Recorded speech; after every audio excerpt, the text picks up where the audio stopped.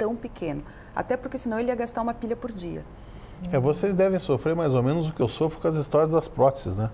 Porque quem vem encaminhado de alguém que já usa um aparelho deve chegar lá e dizer, não, eu quero aquele que meu amigo falou que é assim, que é o caso da prótese de silicone para o cirurgião plástico.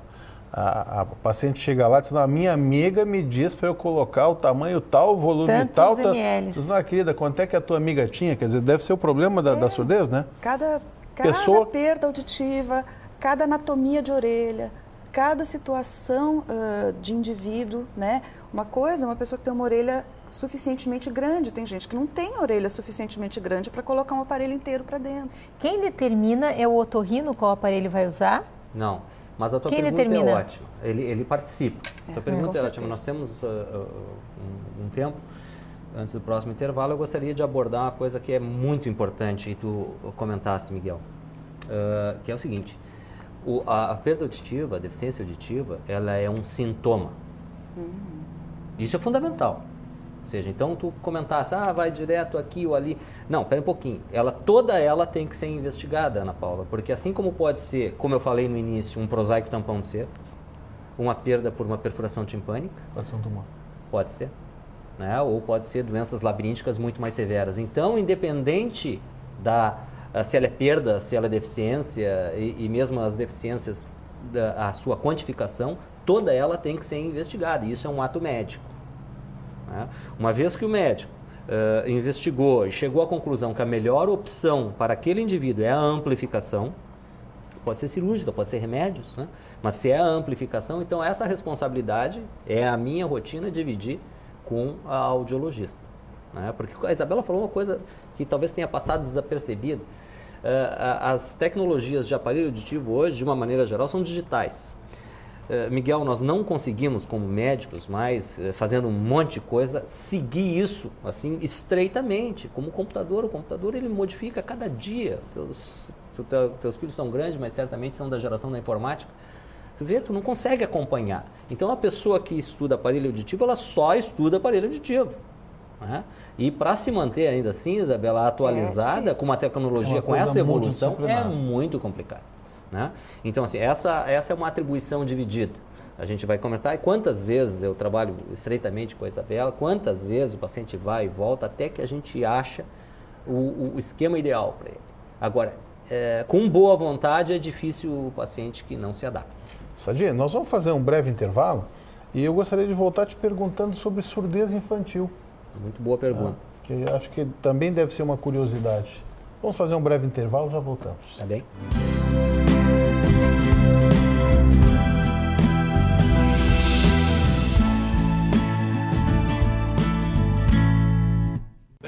Pra mim, economizar é comprar bem bonito, bem suculenta, bem cheirosa, bem rapidinho. Pra mim, economizar economizar é comprar bem graúda, bem saudável, bem assado. Bem divertido! Economizar é comprar bem. Seu sorriso está sempre com você.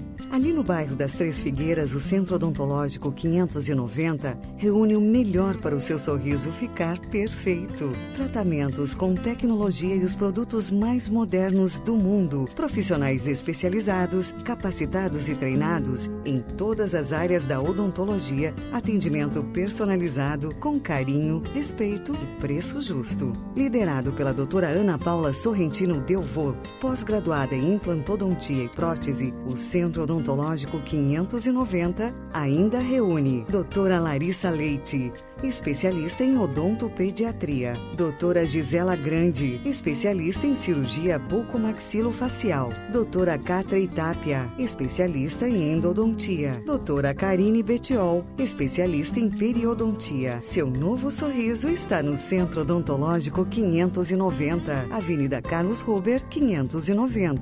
Em momentos especiais de nossas vidas, nos emocionamos, sorrimos, choramos, temos alegria e estamos sempre perto das pessoas que amamos. E essas emoções merecem ser guardadas para sempre.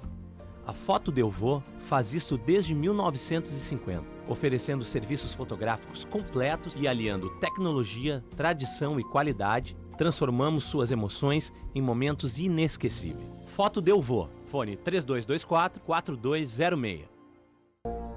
As crianças do Lar Santo Antônio dos Excepcionais possuem inúmeras necessidades especiais.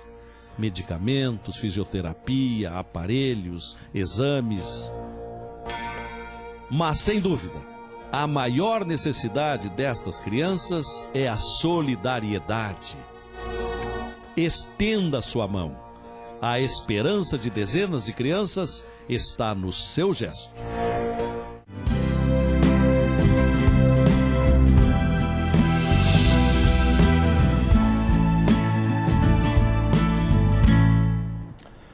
Estamos falando hoje sobre surdez. E a gente interrompeu o último quadro, a discussão estava até muito gostosa do bate-papo, mas Sadi, eu queria te perguntar sobre surdez infantil. É um problema maior ainda, né?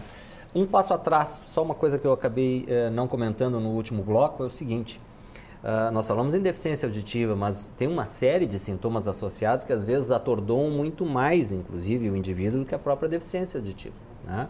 Que é, por exemplo, o zumbido. Nesse aspecto, eu gosto de dizer que a surdez é um infortúnio de dupla perversidade, porque ao mesmo tempo que ela retira o som ambiental, que normalmente é prazeroso, né, ela incute, muitas vezes, um ruído intrínseco, contínuo, e olha, não raramente desesperador, que é o zumbido. Nossa, deve ser horrível. Quer dizer, o cara fica surdo escutando um zumbido. É uma coisa que não entra na cabeça do paciente, porque realmente vai explicar. Ele não ouve o que interessa e tem aquela porcaria daquele ruído lá dentro do ouvido dele. É claro que a maioria das vezes os zumbidos são coisas absolutamente manejáveis, até pela intensidade são manejáveis, mas é um paradoxo, né? Ou seja, ele não ouve o que gosta e lá dentro ele tem um ruído contínuo. E o que é importante, a pessoa que está nos assistindo, é uma característica já inicial da surdez. Vocês comentaram no outro bloco também, aquela questão de ir a uma festa. Miguel, nós somos da época do carnaval, a gente ia ao carnaval ainda, né, você lembra? Nos bailes da SAC e tal, e a gente era jovem, a gente tinha seus 20 anos, e a gente chegava em casa com uma sensação de ouvido abafado e zumbido, tá? Aquilo ali é o que se chama de TTS, que é um esgotamento metabólico do ouvido transitório, mas já dá para ter uma percepção do que vem pela frente, ou seja, no outro dia, normalmente com o repouso auditivo que a Isabela falou, o órgão se recompõe metabolicamente, não houve lesão estrutural e o zumbido desaparece, né? E a audição normalmente clareia, aquele abafamento ele desaparece. Mas na repetição isso acontece. Muitas vezes sim, o zumbido pode ser um sintoma inicial. E esse pessoal com vertigem... Labirintite. Esse aí é um tópico que a gente teria que fazer um programa só sobre prevenção vamos marcar, de quedas. então, nós vamos marcar um só sobre labirintite, que é um assunto que as mulheres, principalmente, que eu conheço, tem muito. Olha só, Ana Paula, esse tempo eu fui convidado para fazer uma palestra eu acho que a Isabela estava comigo, para coletividade, para leigo, sobre quedas, né? E labirintite e quedas em idosos. Eu fiquei impressionado com os números, né? E principalmente com a morbidade e mortalidade de queda. Então, acho que realmente é um ótimo tópico. Por que a gente está falando nisso, nesse programa? Porque a orelha interna ela tem duas porções. Uma porção anterior, que é o caracol, nós já vimos, que está relacionado com a audição. E a porção posterior são canais semicirculares, que está relacionado com o equilíbrio. Nós chamamos de estudo de labirinto, né? O labirinto anterior relacionado com a audição, posterior relacionado com o equilíbrio. E muitas vezes as doenças que afetam o labirinto afetam como um todo. Ou seja, então existem doenças caracterizadas por crises de vertigem, zumbido, pressão e perda auditiva, por exemplo, uma doença de Meniere. Então esses sintomas muitas vezes se misturam. Quer dizer, né? É muito frequente que o paciente com vertigem tenha associado uma deficiência auditiva. Muito frequente, e zumbido também.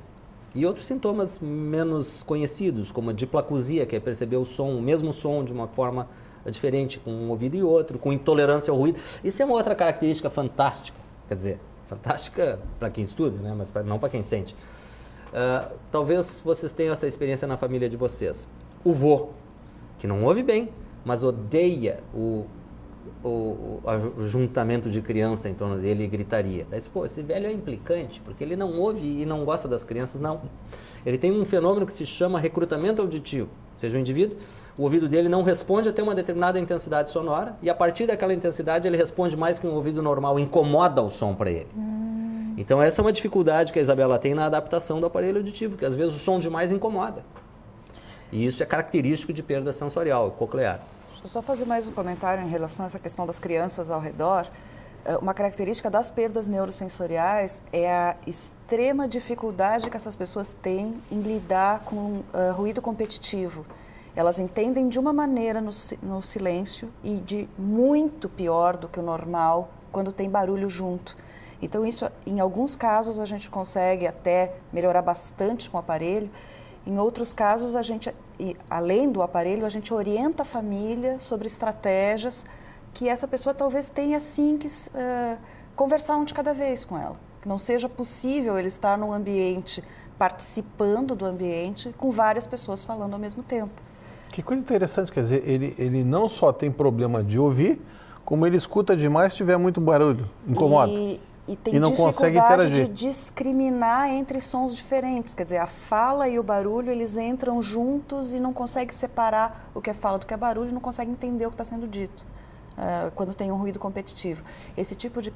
Essas características são muito típicas, especialmente das perdas neurosensoriais da terceira idade. Nós temos um tio muito engraçado, que nós fomos para o casamento, e ele desligava o aparelho auditivo quando tinha muita gente junto. Tu lembra disso, né? Também tem suas vantagens. Claro. O aparelho auditivo também tem Escuta suas o que ele vantagens, quiser, né? Quando tinha muita gente junto, ele desligava o aparelho auditivo. A surdez infantil, né? Surdez infantil. Se tudo aquilo que nós estamos falando para a surdez de adulto, tu multiplica por 100.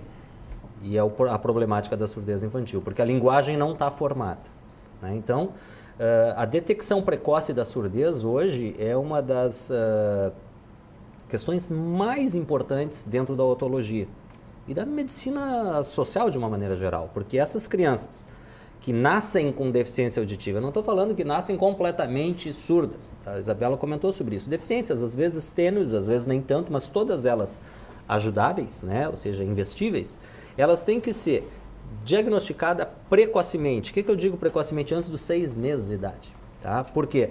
Porque essa criança habilitada precocemente, o desenvolvimento dela pode ser como uma norma ouvinte. Mas se o tempo passar e essa criança não for adequadamente identificada, os danos que isso causa no desenvolvimento da linguagem dela depois, às vezes, são definitivos. Eu costumo dizer que existem áreas cerebrais que estão esperando informação auditiva. Se a informação auditiva não chega ali, eu costumo fazer a analogia de que os centerras cerebrais, se aquele latifúndio é improdutivo, eles ocupam aquele espaço, outras funções. E mesmo que mais tarde a audição chegue ali, o desempenho não é o mesmo, né? Isso se chama plasticidade cerebral. Então é fundamental que aquela área, né, seja estimulada precocemente. E isso se faz através da detecção precoce da surdez. Isso eu acho que é outra coisa de utilidade pública, viu, Sérgio? Porque eu tive filhos, meus filhos nunca foi pedido, e eu fazia medicina para que fosse feita uma avaliação auditiva. Já a minha netinha tem 11 meses, eu, junto com a minha filha, levei ela para fazer um exame para ver justamente o quanto ela escutou. Eu falei, pô, mas tão cedo assim?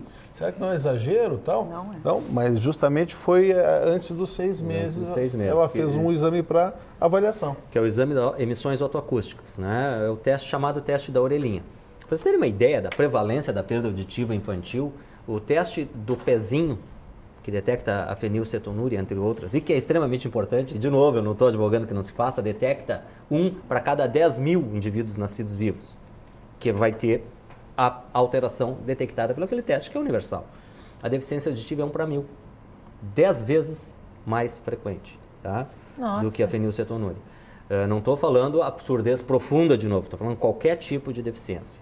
E ela tem que ser corrigida nesta fase, porque depois todos os rendimentos de aquisição de linguagem, de vocabulário, de desempenho escolar, todos eles ficam próximos do normal ouvinte. Mesmo algumas crianças bem implantadas, surdos profundos, né, que façam um implante coclear. Hoje em dia, quase toda surdez tem tratamento.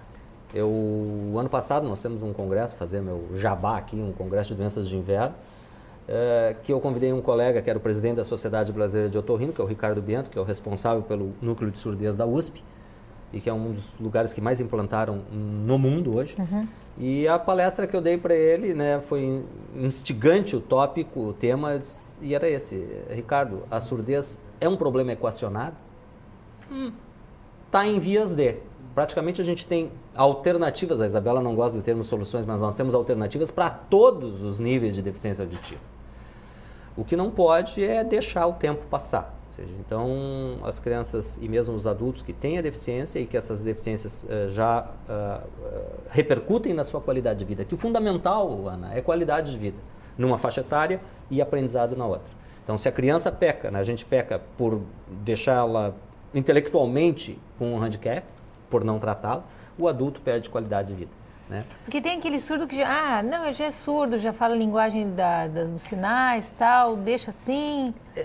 Ou a gente busca fazer aquela pessoa ouvir? Não, veja bem, existe que nem eu falei, existe um timing mesmo para o implante coclear, que é um aparelho semi-implantável e que se usa só em surdez profunda bilateral. Se o indivíduo, eu não tenho nada de uma audição, mas ouço o outro, não tem indicação para aparelho. Qualquer indivíduo que se beneficie com um aparelho convencional, ele não tem indicação para implante coclear. Mas ele funciona muito bem, né, nas suas indicações. Agora, o indivíduo, que a gente chama de pós-lingual, né, o indivíduo que ensurdeceu, quase todo ele pode ser ajudado até por um implante coclear. O pré-lingual, aquele que não desenvolveu linguagem, ele tem um determinado período de tempo que ele tem que ser implantado, senão depois o rendimento não desenvolveu linguagem até porque não escutou, não sabe. Aí a linguagem só fazer um comentário, porque a língua de sinais é uma língua, né? Então existe toda uma comunidade de surdos que se consideram uma comunidade. Eles têm a língua própria, eles têm uma sociedade, digamos, meio fechada nesse aspecto. Isso é até uma discussão muito grande, até que ponto a gente tem que respeitar, né, essa diferença e até que ponto se pensa em fazer uma intervenção mais séria, do tipo um implante coclear. Bom, se a pessoa quiser ouvir... Eu acho que essa é a grande questão. Enquanto o indivíduo é adulto, ele escolhe. Eu conheço alguns surdos profundos, usuários de língua de sinais, que optaram por tentar o implante coclear para ter acesso voltaram a ouvir? À audição. Voltar a ouvir, ouve, né? Agora resta saber se ele processa essa audição adequadamente. Que nem eu falei, perceber som não é ouvir. Isso acontece, eu vou tentar didaticamente sistematizar isso. Tu vai perceber som, na verdade, tu vai transduzir som na orelha interna. O que é transduzir? É transformar som em energia elétrica. E essa energia elétrica, então, ela vai viajar ao longo da via auditiva. No córtex temporal primário, ela vai ser percebida. Olha, eu ouvi. No córtex temporal secundário, ela vai discriminar. Eu discriminei. E em nível psicointelectual, tu vai elaborar. Por exemplo, se eu falar chinês, não sei, acho que tu não deve ser fluente em chinês, nem eu. Não. Mas se eu falar chinês... Vai escutar, não vai entender. Tu vais transduzir, tu vais perceber, tu vais discriminar, mas não vai entender nada. Né? Então, a percepção sonora não quer dizer que tu vai ter um ganho grande em elaboração e discriminação. Gente, estava maravilhosa a presença de vocês. É duro a gente terminar quando o assunto está tão bom como está hoje. Eu vou só interromper um pouquinho, que eu queria fazer uma pergunta para a Isabela, Ana. A gente tem mais um minutinho. Aparelho de surdez é disponível para todo mundo? Sim, sim.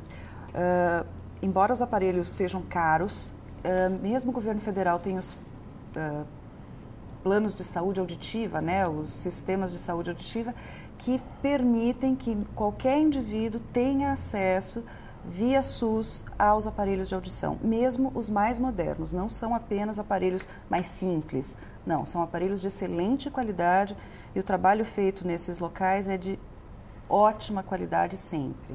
Desculpa, não te interrompi, porque assim, eu acho que isso também é de utilidade pública.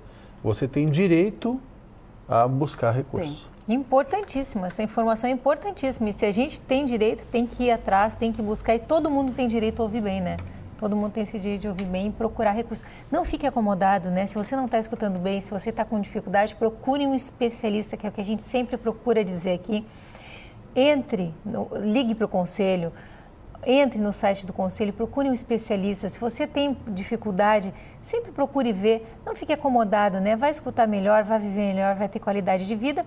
E a gente vai procurar trazer a Isabela e o Dr. Sadi de novo. Então entre no nosso site, mande suas perguntas, www.programavivamais.com.br, e a gente está te esperando aqui sábado que vem. E está esperando você no site também, mandando suas perguntas, sempre conversando com a gente vai procurar sempre te responder. Até o próximo sábado.